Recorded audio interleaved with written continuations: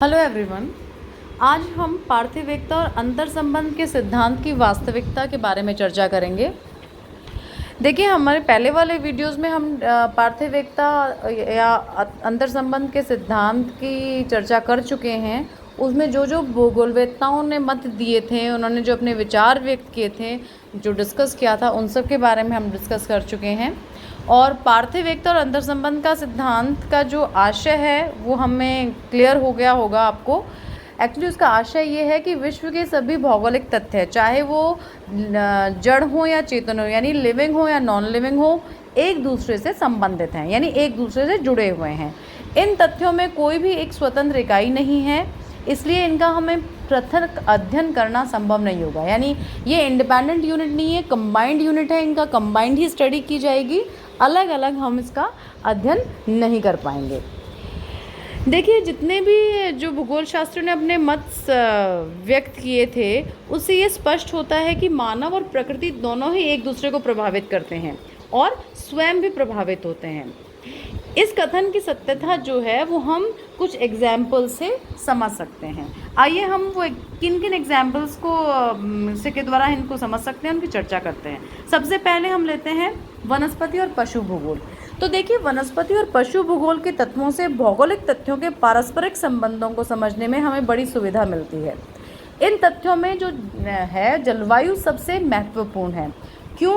क्योंकि जो भी हमारे पृथ्वी तल पे वनस्पति हैं, पशु है, जल है और पृथ्वी तल स्वयं और मनुष्य है, वो सब क्या है, क्लाइमेट से प्रभावित होते हैं। एक डॉक्टर बर्गस एक विद्वान रहे हैं। उन्होंने जलवायु और वनस्पति के बीच संबंधों का अध्ययन किया और वो इस निष्कर्ष पे पहुँचे थे कि मिट्टी, तापमान और आर्द्रता जो है वो सभी सम्मिलित रूप से वनस्पति को प्रभावित करती है। देखो, जैसे जिस क्षेत्र की जलवायु होगी, क्लाइमेट होगा, वहाँ पर जो चीज़ें मौजूद हैं वो सब उस क्लाइमेटिक कंडीशन से प्रभावित होंगी। इसका एग्जाम्पल सबसे हम लें तो देखिए, आप अक्षांश को लीजिए। जैसे जैसे हमारे जो ग्लोब में अक्षांशीय विस्तार बढ़ता है, वैसे वैसे उन अक्षांशीय विस्तार के साथ साथ जलवायु में भी परिवर्तन होगा। और उस जलवायु में जो परिवर्तन का जो प्रभाव है वो वनस्पति पर हम स्पष्ट रूप से देख सकते हैं। जैसे आप सबसे पहले हम विषुवत रेखीय क्षेत्रों को ले लें। देखिए, विषुवत रेखीय क्षेत्रों में हमें सदाबहार वन मिलते हैं, जिनकी जो शाखाएं हैं वो बहुत ज़्यादा सघन होती हैं, बहुत ज़्यादा डेंस फॉरेस्ट होते हैं। और वहाँ जो दूसरी विशेषता जो पाई जाती है, एक तो पहले डेंस फॉरेस्ट होते हैं, सदाबहार यानी हर टाइम वो ग्रीन रहते हैं, एवरग्रीन रहते हैं वो, और साथ में जो वृक्ष है वो बहुत लंबे पाए जाते हैं।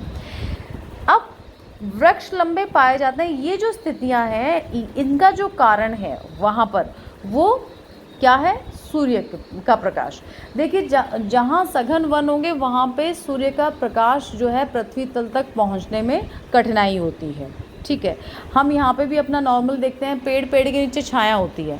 बाकी जगह आपको सनलाइट ब्राइट दिखेगी जहाँ पेड़ नहीं होंगे, लेकिन वो छाया किस लिए होती है कि जो सूर्य का जो प्रकाश है वो उन पत्तियों को भेद कर पृथ्वी तल तक या वहाँ के तल तक पहुँच नहीं पाता। तो यही सेम कंडीशंस जो हैं कि वहाँ एवरग्रीन फॉरेस्ट में पाई जाती है। अब दूसरा कंडीशन क्या है कि पेड़ों को बढ़ने के लिए, जीवित रहने के लिए सनलाइट की बहुत आवश्यकता होती है, और सनलाइट वहाँ पे डेंस फॉरेस्ट होने के कारण पहुँच नहीं पाती। तो पेड़ जो है वो सनलाइट को प्राप्त करने के लिए, सूर्य प्रकाश को प्राप्त करने के लिए अपनी लंबाई को बढ़ाते जाते हैं। यानी वहाँ पे एक कॉम्पिटिशन रहता है, वृक्षों में होड़ मची रहती है कि जितना लंबा होगा उस वृक्ष में उतनी ही सनलाइट मिलेगी। तो इस चीज़ को हम देख सकते हैं कि कैसे वहाँ की जो वनस्पति है संबंधित है किससे, जलवायु से। अब दूसरा एग्जाम्पल हम लें, जो मरुस्थलीय क्षेत्र हैं, जो ड्राई एरियाज़ हैं वहाँ का।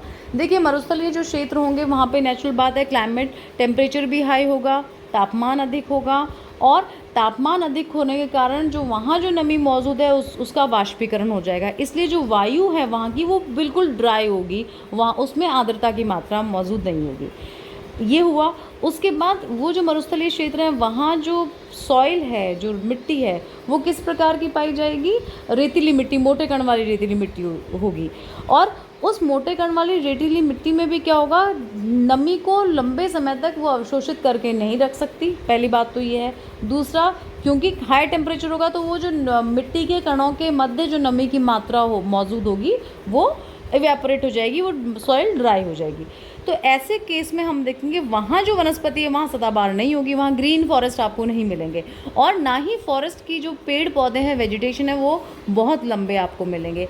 उन क्षेत्रों में आपको कंटीली झाड़ियाँ अधिक देखने को मिलती हैं। उसका रीज़न क्लाइमेट है, ठीक है।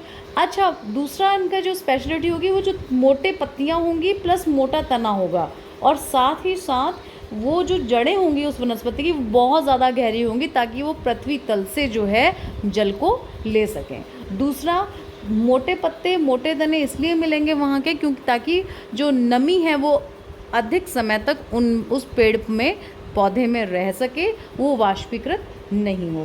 तो यहाँ जो ड्राई क्लाइमेटिक कंडीशंस हैं, हॉट लैटिट्यूड एरियाज़ हैं, वहाँ का वेजिटेशन प्रभावित किससे हो रहा है? संबंधित किससे है? वहाँ के क्लाइमेट से, वहाँ के और टेम्परेचर आदि चीज़ों से।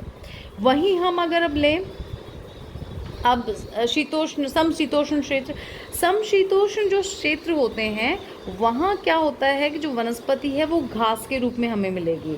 वर्षा काल में उन एरियाज़ में घास पैदा हो जाती है, और क्योंकि केवल जो रेनी सीज़न होता है उस टाइम वहाँ पे वर्षा होगी, बाकी वर्ष पर्यंत वर्षा नहीं मिलेगी आपको, तो वहाँ पर भी हमें जो ग्रीन या डेंस फॉरेस्ट नहीं मिल पाएंगे।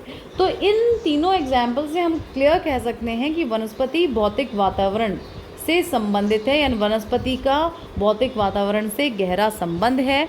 जैसा भौतिक वातावरण होगा वो वनस्पति वहाँ पे उसी प्रकार की होगी। दूसरा एग्जाम्पल हम लेते हैं पशुओं से। देखिए, पशु जो है, पशु जीवन जो है वो भी जलवायु से बहुत प्रभावित होता है। पशु जीवन का भी घनिष्ठ संबंध है जलवायु से।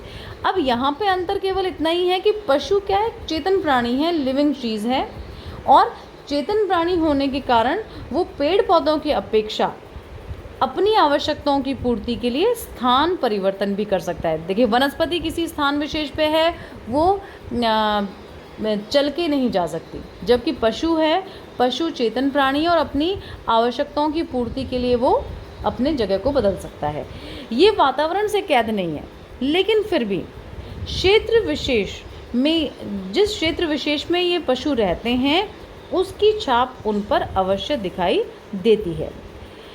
अब जैसे कुछ एरियाज़ में हम देखें, जैसी क्लाइमेटिक कंडीशंस अपन देखते हैं, कुछ जगह पे आपको कार्निवोरस हिंसक पशु बहुत मिलते हैं, कुछ जगहों पे आपको हर्बीवोरस घास खाने वाले पशु मिलते हैं।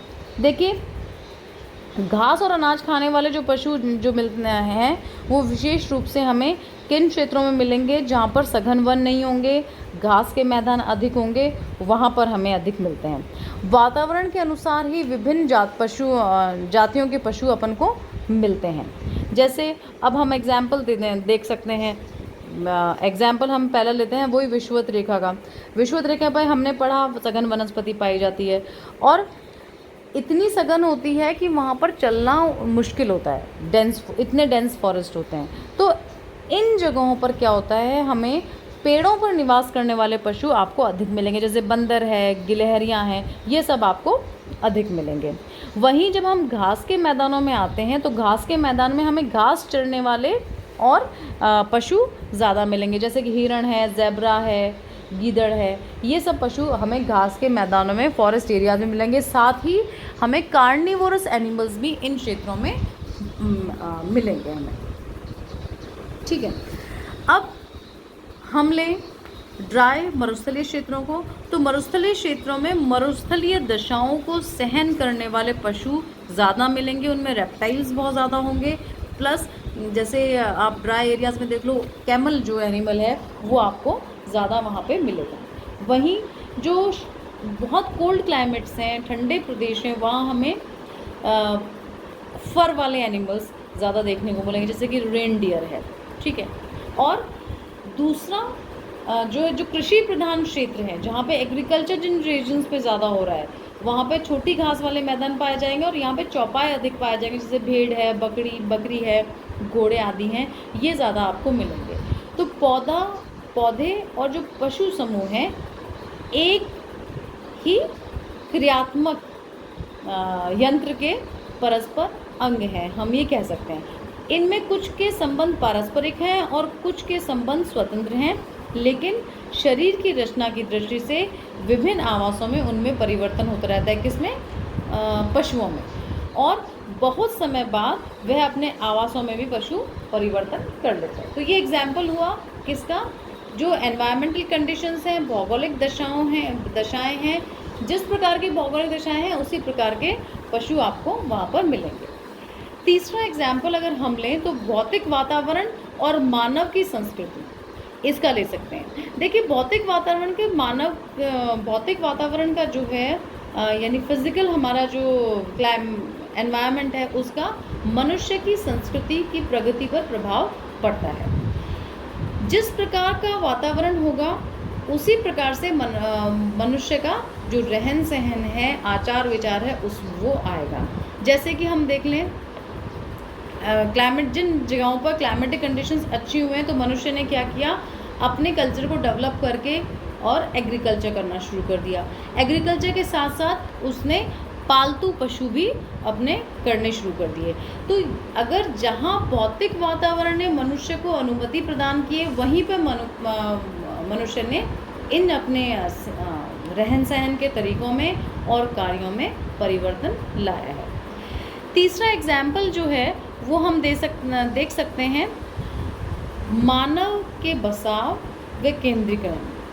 मानव का बसाव और जो केंद्रीकरण है वो भी वातावरण से बहुत प्रभावित होता है और उसको हम सही रूप से देख सकते हैं।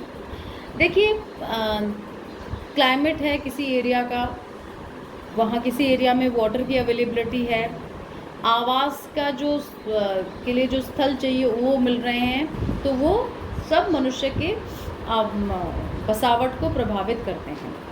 मनुष्य बेसिकली उन्हीं क्षेत्रों में बसना चाहता है जहाँ पर उसको अच्छी जलवायु प्राप्त हो, साथ ही जल की सुविधा, पेयजल की सुविधा, सिंचाई के जल की सुविधा हो, उसको खनिज पदार्थ, उसके उद्योगों के लिए खनिज पदार्थ उपलब्ध हो और यातायात की सुविधा हो। ऐसे क्षेत्र जो यातायात की सुविधा प्रदान कर सकते हैं या यातायात को डेवलप की जो इंफ्रास्ट्रक्चर है उसको डेवलप करने में जहां आसानी होगी, मनुष्य उन्हीं क्षेत्रों में बसेगा। अब प्लेन एरियाज़ जितने भी हैं, अगर हमें भौगोलिक रूप से समतल धरातल मिल रहा है, जलवायु अच्छी मिले, क्लाइमेट आपको रहने लायक मिल रहा है, जल की अवेलेबिलिटी मिल रही है, तो ऐसे एरियाज़ में मनुष्य ज़्यादा बसावट करेंगे, ज़्यादा रहेंगे। बनस्पत की हम अगर पहाड़ी उबड़ खाबड़ क्षेत्रों में देखें, क्योंकि पहाड़ी उबड़ खाबड़ क्षेत्र मनुष्य को विकास की किसी प्रकार की दशाएं नहीं प्रदान करते। उन क्षेत्रों में हमें या इंफ्रास्ट्रक्चर को डेवलप करने में भी हमें मुश्किल होगा, यातायात की जो आधारभूत सुविधाएं हैं उनको विकास करने में भी हमें मुश्किल होगी, तो इसलिए मनुष्य वहाँ पर नहीं रहेगा। तो हम कह सकते हैं कि जो भौतिक वातावरण है और मनुष्य का जो केंद्रीकरण है, मनुष्य का जो बसाव है, वो एक दूसरे से संबंधित है। जैसा भौतिक वातावरण होगा, मनुष्य का जो बसाव है उसमें भी उसी प्रकार का होगा। अतः इन तथ्यों से हम ये स्पष्ट कह सकते हैं, इनसे स्पष्ट भी होता है कि जड़ और चेतन सभी वस्तुएं एक दूसरे को प्रभावित कर रही हैं और उनके द्वारा स्वयं भी प्रभावित होती हैं, यानी प्रभावित कर भी रही हैं और प्रभावित हो भी रही हैं। मनुष्य खुद भी वातावरण से न केवल प्रभावित हो रहा है, बल्कि वह प्रकृति का एक सक्रिय अंग बनकर उसमें परिवर्तन भी लाता है। वह स्वयं वातावरण द्वारा प्रभावित होता है और उसकी जो बौद्धिक शक्ति है उसके द्वारा वातावरण को प्रभावित करता है। इसलिए देखिए, हम प्रोफेसर जो ब्लाश का जो कथन था उसको हम बिल्कुल सत्य कह सकते हैं। उन्होंने कहा था कि भूगोल का सबसे बड़ा उद्देश्य प्रकृति के पूर्ण रूप का अध्ययन करना है। समस्त भौगोलिक उन्नति में प्रमुख विचार पार्थिव एकता है। प्रकृति का पूर्ण रूप से अध्ययन, इस प्रकृति में सारी जड़ और चेतन जो वस्तुएं हैं वो सारी आती हैं और उनका पूर्ण रूप से अध्ययन करना आवश्यक है, एक सम्मिलित रूप से उसका अध्ययन करना आवश्यक है। तो हम कह सकते हैं कि जो पार्थिव एकता एवं या अथवा अंतर संबंध का जो सिद्धांत है वो सही है, और भूगोल शास्त्रियों ने जो अपने मत दिए थे वो बिल्कुल सही दिए थे।